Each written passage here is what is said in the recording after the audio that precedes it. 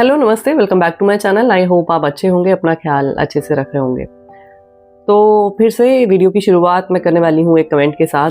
तो एक सब्सक्राइबर हैं, उन्होंने मुझे कमेंट किया, हाय दी, please read my comment and answer my question. I have stable life with a good job in MNC with high salary, but I have a disorder called neurofibromatosis. Please see in Google. This is not a physical problem, just a disorder with many nerve tumor that can be seen from outside. So I'm very worried about that. I should be married or not. क्या मेरा शादी होगा या पूरा life single रहना पड़ेगा? My age is 25. तो आपने लिखा नहीं कि मैं आपका नाम बोलूँ या ना बोलूँ, but I am not taking your name. मैंने आपका कमेंट तो तभी पढ़ लिया था जब आपने मुझे भेजा था, बट पिछले 2 दिन पहले मैंने आपकी इस डिजीज़ को लेके ना सर्च किया गूगल पे, और सर्च करने के बाद मुझे रियलाइज़ हुआ कि आज से बहुत साल पहले, 15-17 साल पहले शायद, मैंने किसी कलीग के साथ काम किया था। फीमेल कलीग थी वो, और उनको भी सेम यही डिसऑर्डर था। तो ये जो डिसऑर्डर है ये मेरे लिए नया नहीं है। हाँ, नाम नहीं मुझे पता था इसका। तो obviously I am very much aware about this disease. मैंने बहुत पास से देखा है जिनको ये डिसऑर्डर था। और मैं नॉर्मली जब भी कोई मुझे कोई क्वेश्चन भेजता है ना, तो बिल्कुल टाइम लगता नहीं मुझे सोचने में कि मुझे क्या बोलना है उस क्वेश्चन से रिलेटेड। लेकिन पहली बार 2 दिन से मैं सिर्फ और सिर्फ आपके क्वेश्चन के बारे में सोच रही हूँ, और मुझे समझ नहीं आ रहा था कि मैं क्या सजेस्ट करूँ आपको। एंड सडनली आज मैंने ना एक मूवी देखी, इंग्लिश मूवी, उसका नाम था मी बिफोर यू। और आपके सवाल का जवाब ना मुझे उस मूवी को देख के मिला। तो 1 मिनट में ना मैं आपको बताती हूँ कि उस मूवी में क्या होता है। तो बेसिकली ये जो फिल्म थी ना, इसमें एक लड़का होता है, उसका बहुत ख़राब एक्सीडेंट हो जाता है, उसकी जो बॉडी है वो पैरालाइज्ड हो जाती है।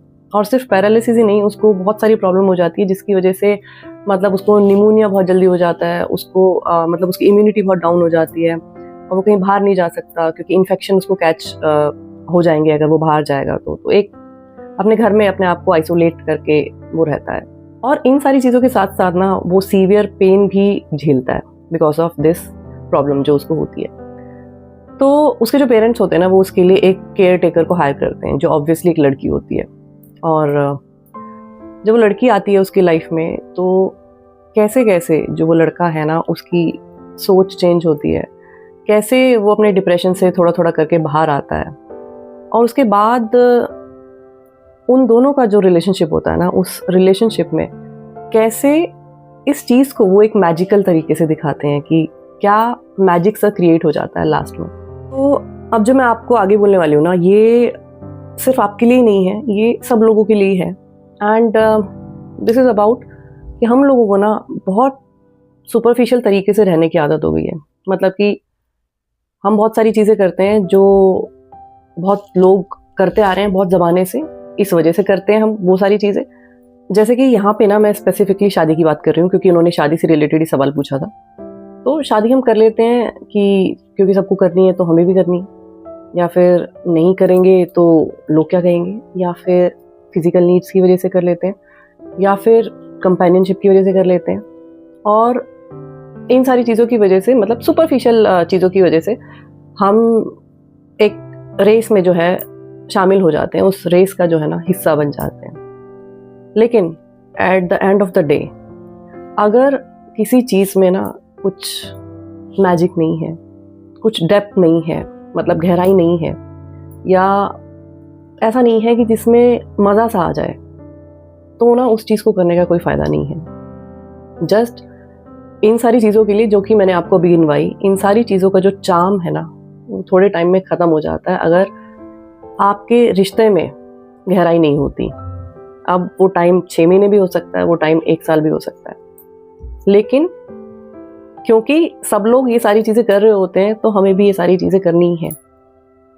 अगर किसी भी चीज़ में कुछ वैसी बात नहीं है ना कि मतलब मज़ा आ गया, या किसी के साथ में रह के ना अगर आपको वैसी फीलिंग नहीं आ रही ना कि मतलब कुछ मज़ा सा आ रहा है आपको किसी इंसान की कंपनी के साथ में रह के, तो फिर वो सारी चीज़ें ना सिर्फ टेम्परेरी हैं। उन सारी चीज़ों में ना आपको लॉन्ग टर्म में रह के बिल्कुल अच्छा नहीं लगेगा। थोड़े बहुत टाइम बाद उस चीज़ की एक्सपायरी होगी ही होगी। उसके बाद हर रिश्ता जो है ना आपको आईना दिखा देता है। अब स्पेसिफिकली अगर मैं आपकी बात करूं तो जो ये आपको डिसऑर्डर है, I am very sorry to hear about this and but still आप अपने आप को बिल्कुल भी अलग मत समझो। जहाँ तक आपकी बात है ना तो हम लोग ना, जैसे कि मैंने पहले बोला कि सुपरफिशियल वर्ल्ड में रहते हैं। कहानी शुरू अट्रैक्शन से होके अट्रैक्शन पे ही ख़त्म हो जाती है। अंदर किसी इंसान के ना तो हम झांकना चाहते हैं, ना हम देखना चाहते हैं, ना हम समझना चाहते हैं। And this is the reality. अब ये जो आपकी प्रॉब्लम है ना, ये ऑब्वियसली अट्रैक्शन के लिए तो बैरियर है, नो डाउट अबाउट इट।